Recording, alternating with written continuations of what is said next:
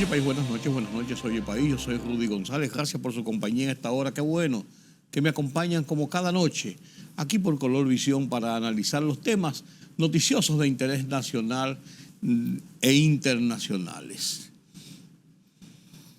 El tema del día es la elección de ya los 5 jueces para componer las vacantes que se van a producir a partir del día 28 de este mes de diciembre en el Tribunal Constitucional. La Constitución manda que son 12 años, fueron nombrados, asumieron el 28 de diciembre del 2011, cumplen sus 12 años ya. Ya otros grupos han sido renovados dentro del propio Tribunal Constitucional, 4 que se nombraron por un periodo de 6 años, 4 que se nombraron por un periodo de 9 años y 5 por un periodo, incluyendo al presidente del tribunal, por un periodo de 5 años. Ahora, todos los que se han nombrado a partir de esas revocaciones, de esas sustituciones, tienen un periodo de vigencia de 9 años, incluyendo estos 3. Como son escalonados, no va a haber nunca un vacío porque se van a renovar todos de un golpe, sino que una primera camada de 4 que cumple sus 9 años, una segunda camada de 4 que cumple sus 9 años y estos cuando cumplan sus 9 años o lleguen a los 75 años de edad. Claro, en esto siempre hay mucho de morbo, mucho de discusiones y el tema político no deja de estar, igual que lo que pasó con el Colegio de Abogados y pasa con todos los gremios aquí. El tema político y las altas cortes incluyendo, no deja de estar presente. Muchas discusiones, muchas versiones de que fulano es de fulano, fulano es de fulano, fulano es la cuota de fulano. Hay algunas cosas que sí quedan tipificadas en estas elecciones que se han hecho. Por lo pronto, el magistrado Napoleón Ricardo Esteves, quien es actualmente juez de la Suprema Corte de Justicia, fue el escogido para ser presidente, fue escogido dentro de los 113 que se bailotearon y él a su vez seleccionado para ser el presidente de la Suprema Corte de Justicia, del Tribunal Constitucional. O sea, que ya esto va en camino, ya esto va avanzando, definitivamente. Y es importante que estemos al punto de ir renovando esta alta corte, que es la única que estaba pendiente todavía por ser renovada. Ahora quedará una vacante en la Suprema Corte de Justicia al salir Napoleón Ricardo Esteves. Antes de entrar en otras consideraciones, me gustaría presentarles las consideraciones de las calificaciones que tuvo el magistrado Esteves. En su presentación, él indica quién es y por qué quiere acceder o buscaba la elección en el Tribunal Constitucional. Y hay una primera pregunta que le hace Bautas Rojas, uno de los comisionados, y él responde ese por qué y esa división de poderes que hay entre la Suprema Corte de Justicia y el Tribunal Constitucional. El Tribunal Constitucional es un tribunal extrapoder. ¿Por qué extrapoder? Porque ese es el único tribunal en República Dominicana que tiene la capacidad constitucional para juzgar los actos del Poder Ejecutivo en relación al uso de la Constitución y la aplicación de la Constitución, al Poder Ejecutivo, a los congresistas, que es el otro poder del Estado, y a los propios jueces, que son el otro poder del Estado. O sea, un poder suprepoder porque puede juzgar las actuaciones de los demás poderes. Es el gran poder en el sistema institucional de República Dominicana. Aunque esto es un régimen presidencialista, aquí el presidente es ley, batuta y constitución. Los senadores y diputados hacen lo que les da la gana y los jueces son independientes y dentro de ese marco de independencia, ya usted sabe, ya usted sabe. Ahora, este es el gran suprapoder en República Dominicana. Veamos esta participación del juez Napoleón Ricardo Esteves cuando se presentó ante el Consejo Nacional de la Magistratura para dar sus calidades y responder las preguntas de sus pretensiones para ser juez del Tribunal Constitucional. Mi nombre es Napoleón Ricardo Esteves Lavandier.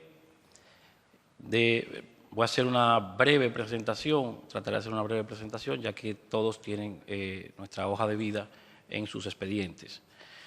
En nuestra capacitación podemos mencionar, destacar que tenemos especialidad en Derecho Civil, realizada en la Universidad Autónoma de Santo Domingo.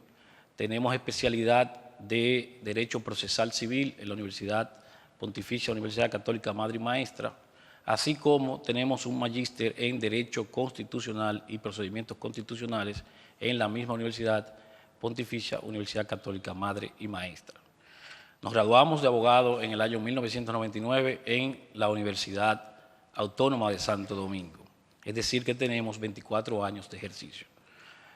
Hemos ejercido la carrera de Derecho durante 24 años. Fuimos abogado ayudante en la Suprema Corte de Justicia desde el año 2000 al 2020, del 2022 al 2006, y luego pasamos al ejercicio pleno en nuestra oficina privada. Luego hemos pasado a formar parte de la Suprema Corte de Justicia desde el 5 de abril del 2019, posición que actualmente ocupamos. En nuestra actividad académica podemos decir que somos docentes de las diversas universidades, sobre todo de la Universidad Autónoma de Santo Domingo y de la Pontificia Universidad Católica Madre y Maestra, así como de otras instituciones que se dedican a la enseñanza del derecho. En cuanto a nuestra labor doctrinal, hemos producido algunas obras de derecho, como son la Casación Civil Dominicana, el Recurso de Apelación Civil Dominicano, las competencias supremas, que consisten en el recurso de revisión penal y la jurisdicción penal privilegiada. También hemos escrito la Ley 834 de 1978, comentada y anotada por nosotros, la cual tiene 4 ediciones. Y también escribimos un libro que se llama Derecho de las Seguridades y Garantías del Crédito, que fue publicado en el 2016 y consiste en un libro de texto fundamental para la materia de garantías, precisamente en la universidad. Muchos me preguntan, ¿por qué ir al Tribunal Constitucional si ya está en la Suprema Corte de Justicia? Esa pregunta ha sido recurrente en estos días de allegados y amigos. La verdad que una pregunta que en otras latitudes no sería normal, porque es lo normal, lo recurrente en los demás países que tienen el sistema bifrontal que nosotros tenemos, donde tenemos una Suprema Corte de Justicia y tenemos un Tribunal Constitucional, que los jueces del Tribunal Supremo, por ejemplo el de España, del Tribunal Supremo, pasan recurrentemente a formar parte del Tribunal Constitucional. De hecho, hoy día, en este año, fue designado presidente del Tribunal Constitucional de España un juez que pertenecía a la Suprema Corte de Justicia. O sea, es un tránsito natural. Nosotros hemos hecho una maestría y hemos hecho estudios de Derecho Constitucional y simplemente hemos querido intentar pasar al Tribunal Constitucional para poder desarrollar un poco más ese tema, ese aspecto del derecho tan fundamental como el derecho constitucional, que en la Suprema Corte de Justicia se aplica, lógicamente, porque, como dice la ley, tanto el Poder Judicial como el Tribunal Constitucional ejercen la justicia constitucional. Entonces, esa ha sido la motivación por la que hoy nos presentamos aquí. Estamos a su disposición. Gracias, presidente. Sí, muchas gracias, doctor magistrado. Vamos a dar la palabra al consejero senador Bautas Rojas. Gracias, presidente. Buenas tardes, magistrado. Buenas tardes. Bueno, usted en su presentación ha tocado una partecita que me inquietaba. Antes de la Constitución del 2010, este trabajo, esta aspiración no la tuvieron. Eso se encontraba en el lugar donde usted justamente se encuentra ahora. Entonces, yo no puedo desaprovechar en este escenario su condición de magistrado de la Suprema Corte de Justicia, su condición de docente dilatado, de acuerdo a la información que tenemos de usted, para que nos hable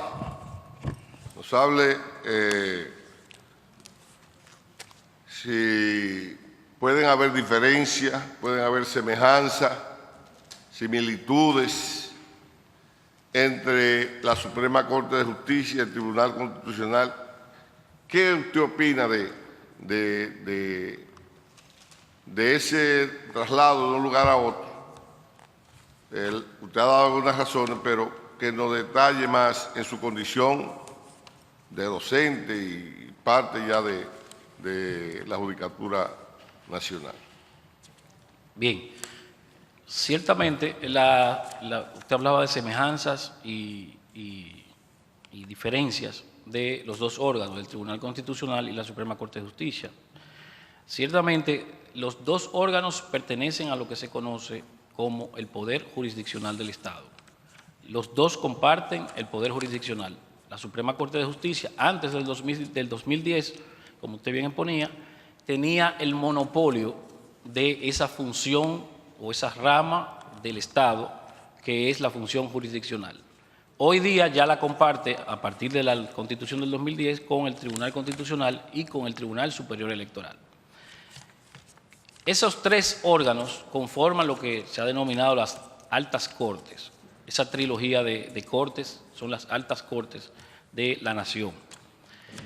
Y forman también, y ha sido la crítica en la doctrina, de lo que se llama el poder contramayoritario. ¿Por qué forman el poder contramayoritario? Porque estos tres órganos ejercen la función jurisdiccional, pero ninguno de los tres órganos es seleccionado, sus miembros son seleccionados por el voto popular, sino que el poder político sí es elegido por el voto popular. Entonces, por eso se le denominan el poder que ejercen el poder contramayoritario. De ahí de ese poder contramayoritario se deducen muchas cosas, muchas semejanzas y diferencias. Aterrizando con lo de la Suprema y el Tribunal Constitucional, dejando fuera el Tribunal Superior Electoral, lo primero es que diferencia, la Suprema Corte de Justicia ejerce lo que es la legalidad, es decir, es la última intérprete de la legalidad, de la ley, de la interpretación de la ley. El Tribunal Constitucional, por su parte, es el último intérprete de la Constitución. Si nos vamos a diferencias estructurales, la Suprema Corte de Justicia está compuesta por 17 jueces y está dividida en salas. En cambio, el Tribunal Constitucional es un órgano unitario compuesto por un pleno de 13 jueces. Si nos vamos a las competencias, ya sí comparten tanto Suprema Corte de Justicia como Tribunal Constitucional lo que es la justicia constitucional, pero, como ya dije, el Tribunal Constitucional tiene la última palabra en el caso de la interpretación de la Constitución. Y ya el tema de sus decisiones, de qué efectos tienen sus decisiones, la Suprema Corte de Justicia, como falla y resuelve conflictos concretos entre problemas interpartes, de partes privadas o parte penal, o sea, conoce la justicia ordinaria. En cambio, el Tribunal Constitucional, sus decisiones resuelven generalmente cuestiones de índole política importante que tienen un efecto más general que las decisiones de la Suprema Corte de Justicia. No sé si satisfice por completo la pregunta. Ahora, ¿qué importante tiene esto? Escogido. El presidente Leonel Fernández emitió un tuit inmediatamente la noche del martes ubicando a cada uno de los seleccionados y dándole categoría y todo esto. Y se veía mucha acidez política por la decisión. Eso se queda en el ámbito de la política. Ahora, ¿qué pasó realmente allí? Dice Bautas Rojas que se retiró de las deliberaciones después que se propuso y se escogió y se votó dentro del Consejo ya internamente en las elecciones que se hicieron el martes en la noche. Después que se escogió a Napoleón Ricardo Esteves. Después que se hizo esta escogencia, él había propuesto el nombre de Nanfi Rodríguez, que estaba bien valorado y mucha gente entendía que era una persona a pasar dentro de la elección y que sería uno de los jueces del Tribunal Constitucional. Lo propuso Bautas Rojas dentro de sus calificaciones, porque cada uno de ellos propone en las calificaciones que tienen, y entonces se vota y la mayoría decide quiénes son los escogidos. Nanfi no fue aceptado.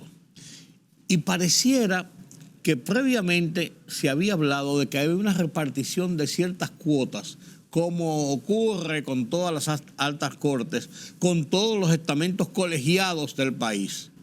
En el colegio de abogados, los abogados y los líos que tienen los partidos metiendo la mano. En el colegio médico, en la ADP, todos los partidos y los políticos están metiendo la mano allí. En la elección de Suprema Corte de Justicia, de Junta Central Electoral, de Cámara de Cuentas, de Tribunal Superior Administrativo, de Tribunal Superior Electoral, en todos los estamentos que tienen que ser escogidos por otro estamento del Estado, sea por el Consejo Nacional de la Magistratura o por el Congreso en su defecto, siempre se ha hablado y existe una repartición de cuotas dentro de los políticos y dentro de los poderes fácticos del país. Eso es una norma. Si es bueno o es malo, yo no sé. Usted sacará sus conclusiones, yo tengo las mías. A mí me parece que yo no sé por qué viven diciendo que no deben haber políticos en el Consejo de la Magistratura, no deben haber políticos en el Tribunal Constitucional, ni en la Junta Central Electoral. Señores, quienes los eligen, a la Junta Central Electoral lo elige el Senado y la Cámara de Diputados, que es el principal ente político de activismo político de la República Dominicana, y son políticos los que lo eligen.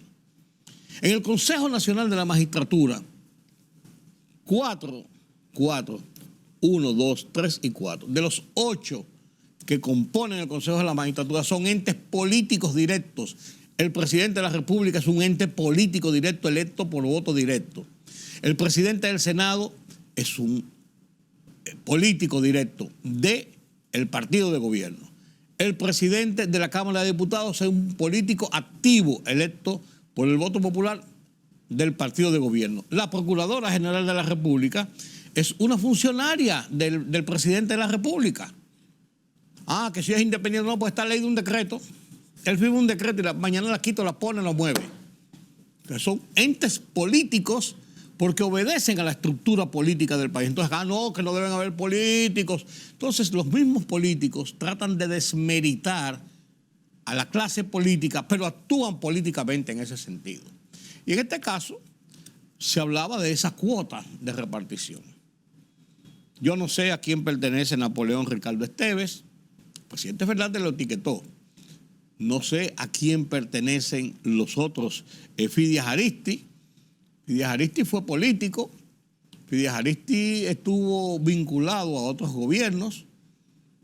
Fue candidato incluso. Pero yo no sé si milita en un partido político o pertenece a una línea. Ahora, Sonia Díaz sí es una cuota. Es una cuota a participación ciudadana que ha copado todos los estamentos del gobierno. Sonia Díaz acaba de salir de ser una de las coordinadoras de participación ciudadana y tiene muchos años ahí en participación ciudadana. Y si usted se pone a ver, participación ciudadana tiene cuotas en todos los estamentos del gobierno actual porque trabajó, impulsó, apuntaló las posiciones del gobierno actual, del partido de gobierno actual, del presidente actual, en contra y en desmedro de lo que son ahora oposición, que era en ese entonces gobierno, que era el PLD, Danilo Medina, Leonel Fernández y compartes. Esa es una realidad, ¿eh? No estoy diciendo que no tenga méritos para ser jueza, es una cuota política. Entonces, uno no sabe si también es una cuota el caso de Amaury Reyes Torres. ¿Quién es Amaury Reyes Torres? El nuero de la Procuradora General de la República, Miriam Germán. Tendrá todas las calidades, será muy bueno, pero deja la suspicacia de que fue un regalo de esa cuota. ¿Quién es Ani Esperanza Reyes? Actual procuradora adjunta, una dependiente de la Procuradora General de la República y pasa al Tribunal Constitucional. No quiero decir que no tenga las calidades, pero abre el morbo y abre la suspicacia, por lógica. O sea, entonces, que serán quizás los mejores jueces, los más idóneos, los más independientes. Lo veremos en el tiempo y ojalá que así sea, por el bien de la sociedad dominicana. Pero el tema está ahí. Usted tiene que luchar con ese tema porque está ahí. Y eso no se lo saca a nadie, se lo sacan de la cabeza. De que ahí hubo una repartición de cuotas, de complacencias, de disposición por encima de lo que son las calidades. La gente lo entiende así. Todo el que ha hablado hoy en los medios de comunicación, incluso los propios grandes medios, los grandes periódicos, lo sueltan en titulares, lo sueltan en párrafos, lo sueltan en coletillas, entre las informaciones que se están emitiendo sobre ese caso. Y la gente lo dice. En todos los programas la gente que llama dice lo mismo. Los comentaristas de televisión y radio a lo largo del día de hoy establecen lo mismo porque abre ese marco de suspicacias. Del que yo vuelvo y digo, yo no le veo el motivo por el cual un político no puede tener una posición en esos estamentos de altas cortes que después pueda demostrar que es una persona idónea e independiente en la hora de tomar sus decisiones porque están ajustadas a lo que establece el marco de la ley. Pero eso hay que verlo. Eso hay que verlo. Mientras tanto, consumado es. Salió humo blanco y ya tenemos Tribunal Constitucional. Deberán asumir las posiciones el 28 de este mes, día en que concluye, el 27 concluye la gestión actual de los 5 jueces que quedan pendientes, entre ellos Milton Rey Guevara, que es el presidente del tribunal, y Díaz Filpo, que es el primer sustituto del presidente. Terminan su mandato, el 27 concluyen, hay un acto en el Palacio Nacional donde se le toma juramento a los nuevos 5 jueces, los sustituyen a ellos y ya comienzan su gestión por un periodo de 9 años. Así las cosas. Y un tema que quiero conversar con ustedes es esto del Colegio de Abogados. Ahí acabo de ver que la parte perdidosa, los que perdieron en las elecciones del Colegio de Abogados, la parte oficialista, apoyado por el partido de gobierno, porque esto lo convirtieron en una situación de política. Pero lo que surgió y las cosas que se dijeron ahí del dinero que corrió y a confesión de parte de esos actores, una cosa vergonzosa y terrible. Pero esta parte perdidosa ha ido con el tema al Tribunal Superior Administrativo, pidiendo una medida cautelar para que aplacen las elecciones, para que aplacen el resultado de las elecciones. No, la Comisión Electoral ya dio un veredicto, contó todos los votos, emitió 2 boletines y en el último boletín cerró el capítulo de conteo y de votación y dio ganador a Trajano Vidal Potentini, sencillamente porque ganó con más votos que su contendor Johan López, que auspiciaba el PRM, el partido de gobierno, el partido oficial, que no fue un secreto, fue una cosa pública. E incluso quienes salen a defenderlo son el presidente del partido y el presidente en funciones del PRM. Entonces, y el partido ha cerrado filas con su causa. Entonces, se lo han convertido en un tema político. Y lo han convertido en un tema político en desmedro de lo que es el colegio de abogados, de lo que debe ser un gremio, una institución, una organización como el colegio de abogados. Según el último boletín que se emitió, Trajano Potentini obtuvo 11.473 votos para un 48.73% de la votación. Johan López, 10.819 votos para un 45.96% de la votación. La diferencia, 2.81% a favor de Vidal Potentini. Ganó las elecciones, 656 votos más que Johan López, que es muy cerrado el margen, muy estrecho, ciertamente, pero el que saca un voto más que el otro, gana un torneo electoral. La gente no entiende todavía que los procesos electorales se va a ganar y a perder. Pero cuando tiene otra connotación unas elecciones de esta naturaleza, porque el partido de gobierno está tratando de demostrar con esto que ellos tienen control de todos los estamentos y de todas las cosas en que se meten, y que si perdieran esto puede ser una mala visión del proceso electoral del año que viene. Nada más loco, ingenuo e iluso. Una cosa no tiene que ver con la otra, señores. Una cosa no tiene necesariamente que ver con la otra. Esto es un gremio profesional como son los abogados. Pero metieron el brazo hasta más no poder. Se hablan de millones de pesos. Bueno, el señor que dijo que le dieron, negoció por 5 millones de pesos. Dicen por ahí que son 15. Pero él dijo, sí, yo negocié por 5 millones, me dieron 4. Después no se concretó bien el asunto, no me completaron la otra parte y yo los devolví. Pero me compraron con 4. Con 5 millones de pesos. No es por el monto, es por el hecho, señores. En un gremio como los abogados. Bueno, sobre este tema escribí mi columna de esta semana en el Listín Diario, como cada semana, y la titulé mi columna. Triquiñuelas versus realidades. Y analizo todo esto, y analizo además de esto, y planteo el reto que tiene Vidal Potentini por delante, porque es el presidente electo y va a ser el presidente del Colegio de Abogados. El reto que tiene por delante de adecentar ese Colegio de Abogados. Comparto con ustedes mi columna de esta semana, Triquiñuelas versus realidades.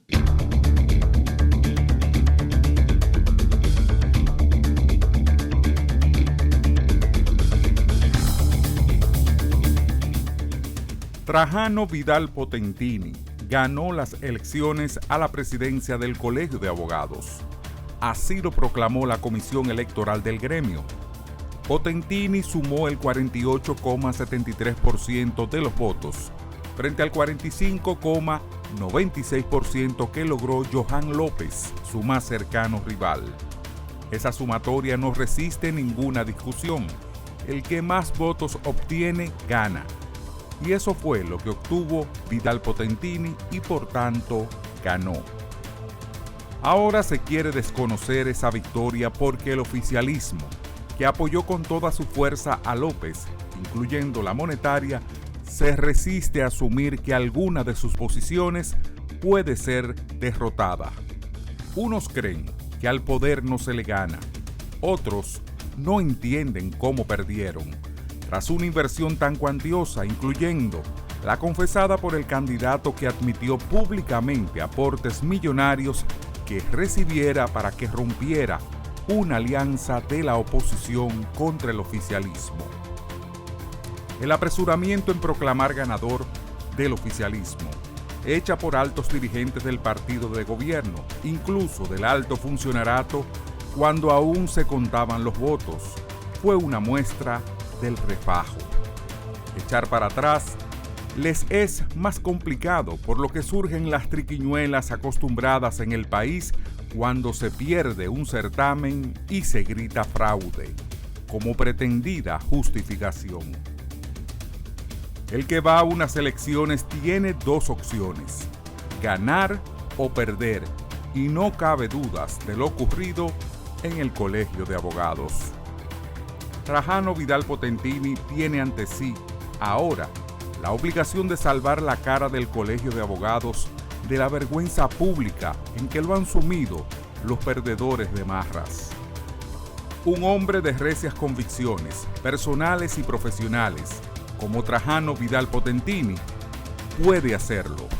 Los otros que admitan su derrota.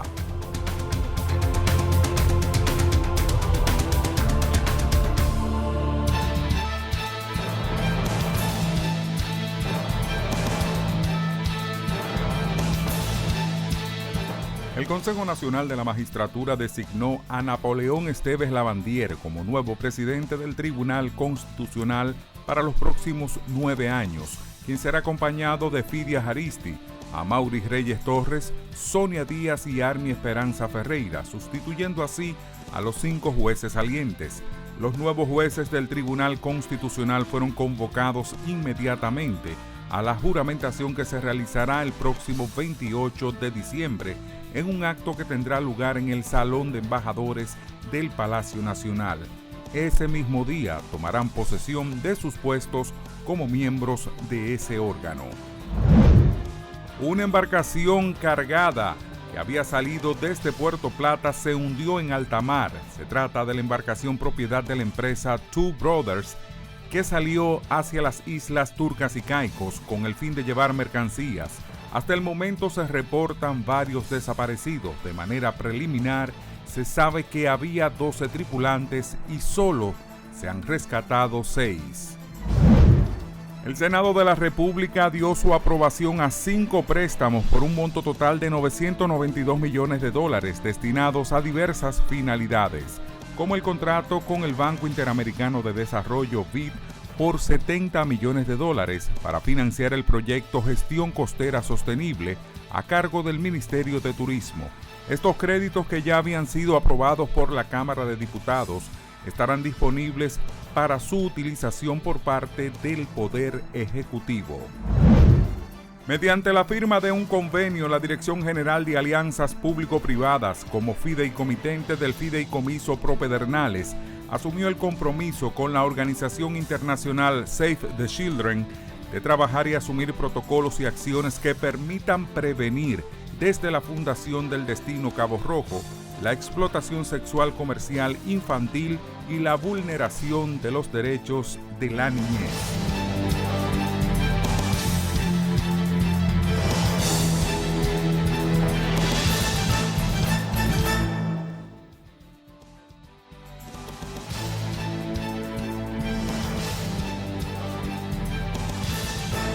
La libertad solo reside en los estados en los que el pueblo tiene el poder absoluto. Por el respeto a los valores democráticos y la dignidad del pueblo dominicano, El Rumbo de la Tarde, plural, objetivo, comprometido siempre con la verdad. Con Georgie Rodríguez, Rudy González y Ramón.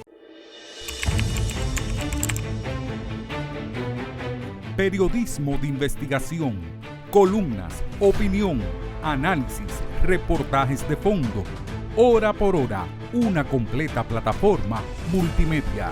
Periodismo con valor. Noticias horaporhora.com.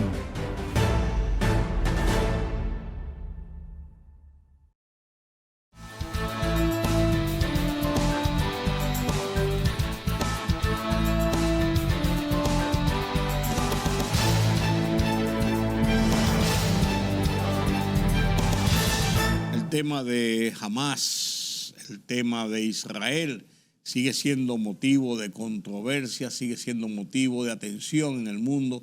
La ofensiva arrancó y no se para. Israel está decidido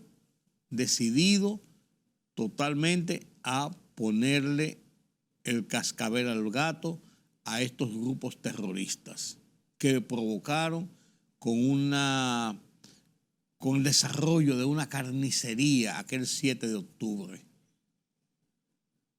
Más de 1.000 personas asesinadas y secuestradas. Y ahí tienen la respuesta. Las plataformas noticiosas del mundo, Deutsche Welle, La Boa, RT, France 24, mantienen al mundo informado de lo que está pasando con esta ofensiva de Israel sobre el terrorismo que prima en Gaza a través del grupo Hamas.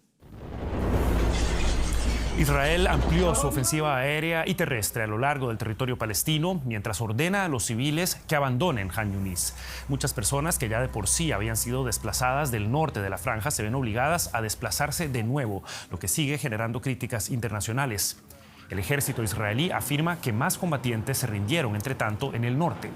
El primer ministro de Israel, Benjamin Netanyahu, reiteró que el objetivo de su país sigue siendo destruir a Hamas, organización que varios países, recordemos, clasifican como terrorista. La guerra continúa aún con más fuerza e intensidad en el norte de Gaza y en el sur para lograr todos nuestros objetivos. La eliminación de Hamas, el regreso de todos nuestros secuestrados y la promesa de que Gaza nunca más será una amenaza para Israel. Hoy llegará otro cargamento, de hecho ya está aquí, con municiones importantes para continuar la guerra. Doy las gracias al presidente Biden, con quien hablé el otro día también sobre la correcta y justa posición de Estados Unidos en el Consejo de Seguridad y por supuesto también sobre la asistencia material que brinda a las fuerzas de defensa de Israel. La desesperación se apodera de Gaza mientras la gente se amontona para conseguir un poco de ayuda. El cruce de Rafah que conecta a Egipto con el sur de Gaza es el único lugar por donde se permite la entrada de una cantidad limitada de ayuda humanitaria.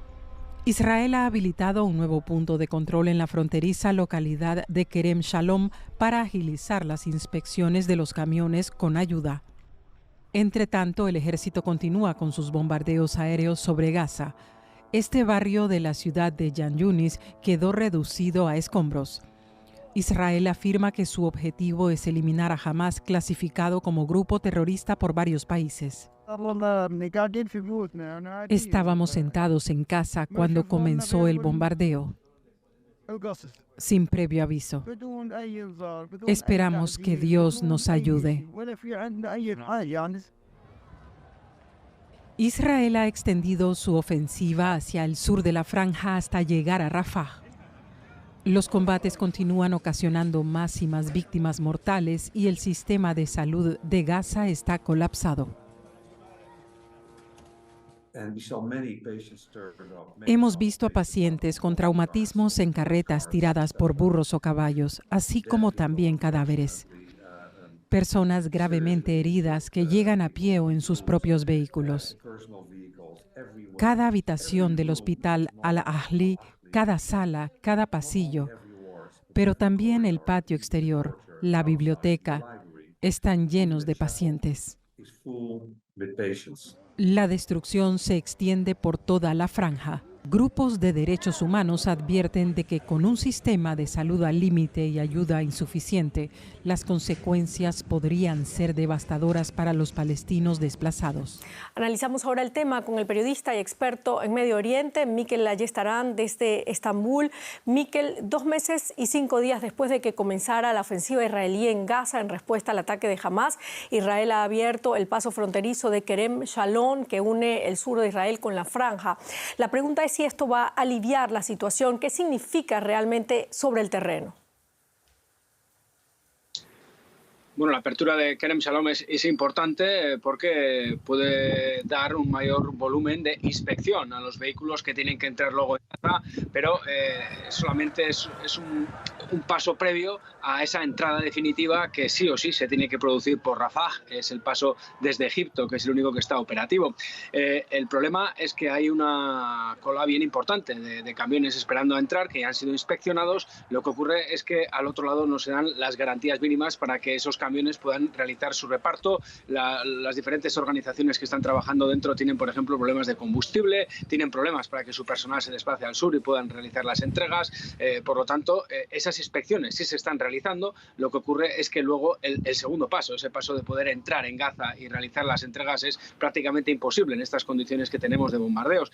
Hay que tener en cuenta que en la semana que vivimos de tregua se pasaba una media de 200 camiones al día, con ayuda humanitaria y también con medicinas y combustible, y en estos últimos días apenas están llegando a los 100 camiones, una cantidad absolutamente insuficiente para la necesidad extrema de ayuda que hay ahora mismo en Gaza. Bueno, la ONU debate este martes un documento que pide un alto el fuego inmediato, un texto parecido al que Estados Unidos vetó el viernes pasado en el Consejo de Seguridad. ¿Habrá esta vez apoyo a la resolución?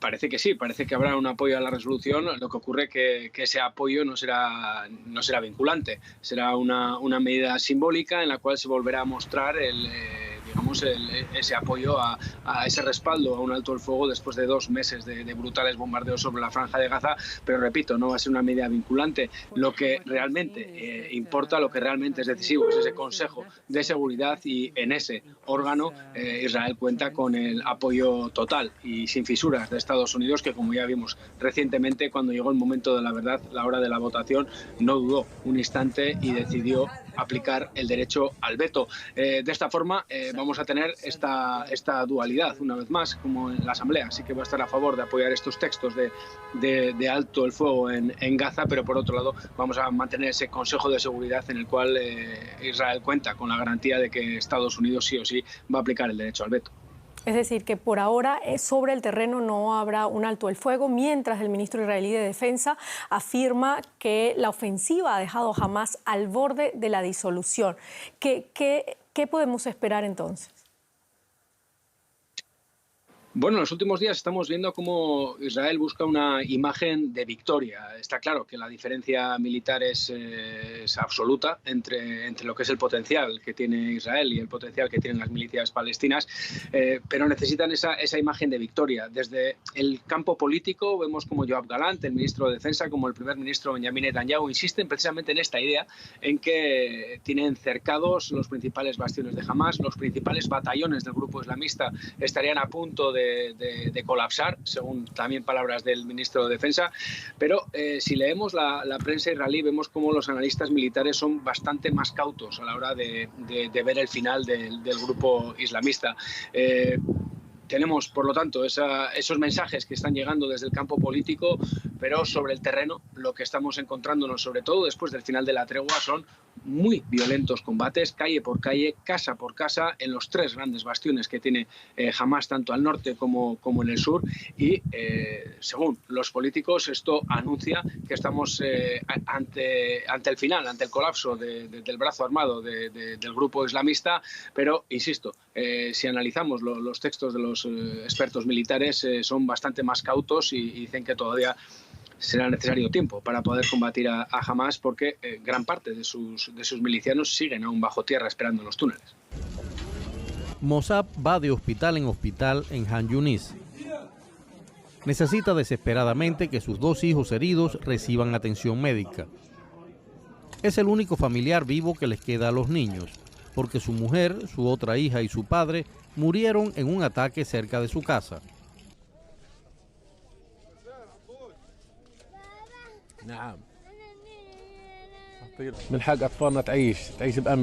Nuestros hijos tienen derecho a vivir en seguridad, a vivir en paz, a tener alimentos, medicinas, a recibir tratamiento, a tener una vida digna. Pero aquí no hay atención médica, no hay medicinas y no hay comida. Y quien no muere por la guerra acabará muriendo de hambre o enfermedad.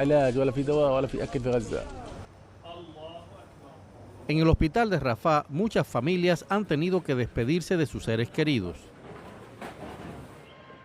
Israel atacó la principal ciudad del sur de Gaza después de que Hamás amenazara con matar a los rehenes israelíes que siguen en su poder si Israel no libera a más prisioneros políticos.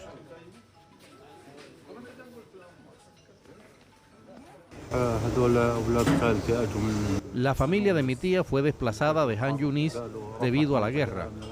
Vinieron aquí a Rafah, a casa de mi hermana, porque decían que era una zona segura. Estaban en una zona considerada segura cuando ocurrió. Todos han muerto, mi tía, su marido, sus hijos. Los ataques por tierra y aire contra posiciones de Hamas también se han dirigido contra el campo de refugiados de Jabalia. Mientras los civiles carecen ya de opciones para encontrar refugio en toda la franja, Israel ha vuelto a rechazar las peticiones de alto el fuego. Asegura que el fin de Hamas está cerca.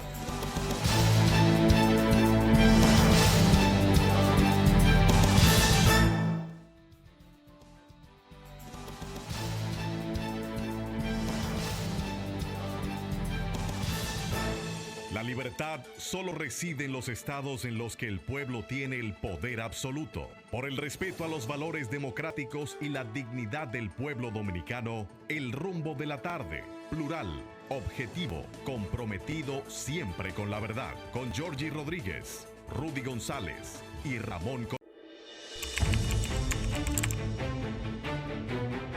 Periodismo de investigación, columnas, opinión, análisis, reportajes de fondo. Hora por hora, una completa plataforma multimedia. Periodismo con valor. Noticias horaporhora.com.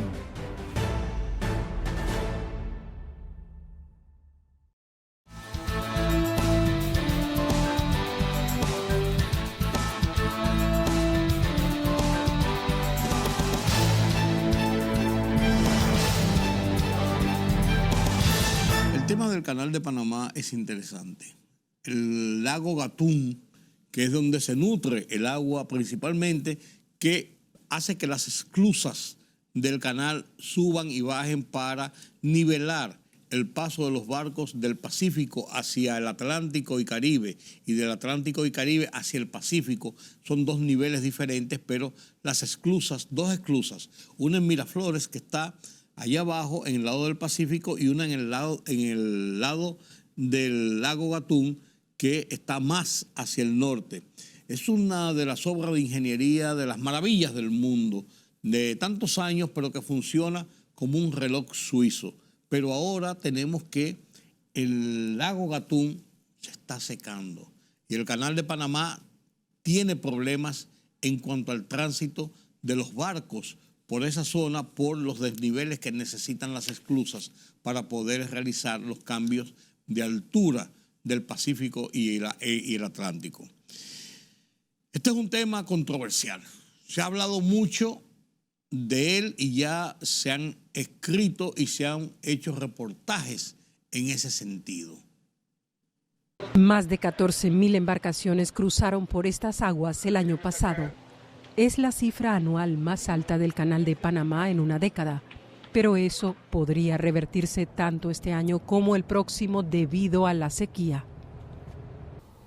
Realmente la profundidad, la severidad de esta crisis es atípica, es muy alta. Así que vamos a pensar que nosotros desde aquí hasta 30 de septiembre del próximo año debemos estar operando con restricciones de calado. La sequía es la gran preocupación. Y en el caso del Canal de Panamá hay además un agravante añadido.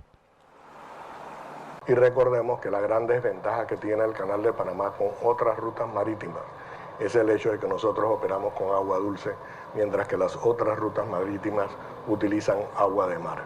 El Canal de Panamá depende del agua de lluvia para funcionar correctamente. Si desciende su nivel de agua, se reduce el número de barcos que pueden pasar y eso afecta a la economía panameña, ya que este paso marítimo supone en torno al 40% de la actividad del país.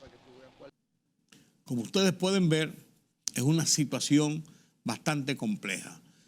Este tema, junto con otros temas, nos los presenta Pedro Vargas en las internacionales desde la redacción central de Oye País.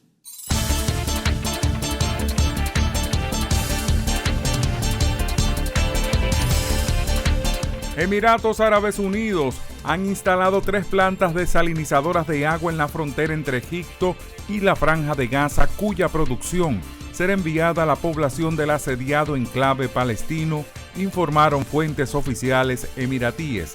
Las plantas, cuya producción es estimada en unos 600.000 galones de agua por día, fueron instaladas en el lado egipcio de la ciudad de Rafah, por cuyo cruce entra la ayuda humanitaria internacional a la población civil de Gaza.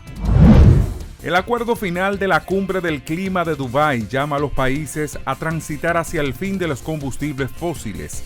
Es la primera vez en los más de 30 años de estas conferencias en la que se incluye una mención explícita a los hidrocarburos, el principal culpable de la crisis climática. Es un logro histórico, ha defendido el presidente de la COP28, el sultán Al-Jaber, entre una gran ovación de pie durante el plenario, en el que se ha aprobado por consenso de prácticamente todas las naciones del mundo este texto. La Asamblea General de la Organización de Naciones Unidas, ONU, aprobó por una abrumadora mayoría de 153 votos favorables frente a 10 en contra y 23 abstenciones, una resolución que pide un alto al fuego humanitario inmediato en Gaza, un resultado mucho más abultado entre los países que votaron en contra. Además de Israel y Estados Unidos, estuvieron algunos estados europeos como Austria, República Checa, además de pequeños países del Pacífico como Guatemala y Paraguay, mientras que entre los abstencionistas se encontró por primera vez Argentina, que se sumó a la postura de Italia, Alemania y Ucrania. La sequía golpea el comercio mundial a través del Canal de Panamá. La grave sequía ha provocado la falta de agua necesaria para que las esclusas funcionen correctamente, por lo que la autoridad del Canal de Panamá ha restringido el tránsito de buques este otoño. Actualmente solo se permiten 22 tránsitos diarios frente a los 35 en condiciones normales. En febrero ese número se reducirá a 18 al día.